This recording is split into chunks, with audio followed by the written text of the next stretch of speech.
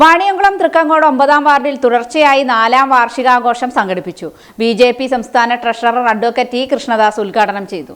വാണിയംകുളം തൃക്കങ്ങോട് 9ാം വാർഡിൽ തുടർച്ചയായ 4ാം വാർഷികാഘോഷം നടന്നു. ചടങ്ങിൽ വാർഡിലെ മുഴുവൻ തൊഴിലുറപ്പ് സേനാംഗങ്ങളെയും ആദരിച്ചു. ചടങ്ങ് പാലക്കാട് നഗരസഭാ വൈസ് ചെയർമാനും ബി.ജെ.പി. സംസ്ഥാന ട്രഷററുമായ അഡ്വക്കേറ്റ് ഇ. കൃഷ്ണദാസ് ഉദ്ഘാടനം ചെയ്തു. ആദ്യമായിട്ടല്ല വാണിയംകുളം പഞ്ചായത്തില് ഈ 9ാം വാർഡിൽ ഒരു കൗൺസിലർ ഉണ്ടാവുന്നത്. ഇതിനു മുമ്പും പല ആളുകൾ ഉണ്ടായിട്ടുണ്ട്.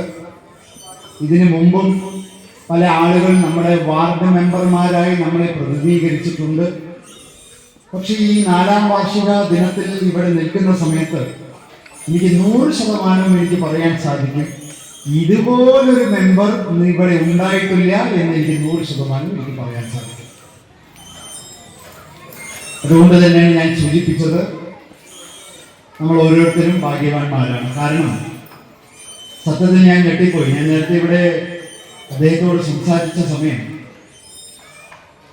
ഒരു വർഷം ശരാശരി 20-25 ലക്ഷം രൂപ ഈ വാർഡിൽ അദ്ദേഹം ചെലവഴിച്ചിട്ടുണ്ട് എന്ന് പറഞ്ഞപ്പോൾ സത്യത്തിൽ ഞാൻ ഞെട്ടിപ്പോയി. അപ്പൊ ഏതാണ്ട് ഈ 5 വർഷം കൊണ്ട് ഏതാണ്ട് 1 കോടി രൂപ ഈ പ്രദേശത്ത് വികസന പ്രവർത്തനങ്ങൾക്ക് വേണ്ടി ചെലവഴിച്ചിട്ടുണ്ട് എന്നാണ് ഞാൻ മനസ്സിലാക്കുന്നത്.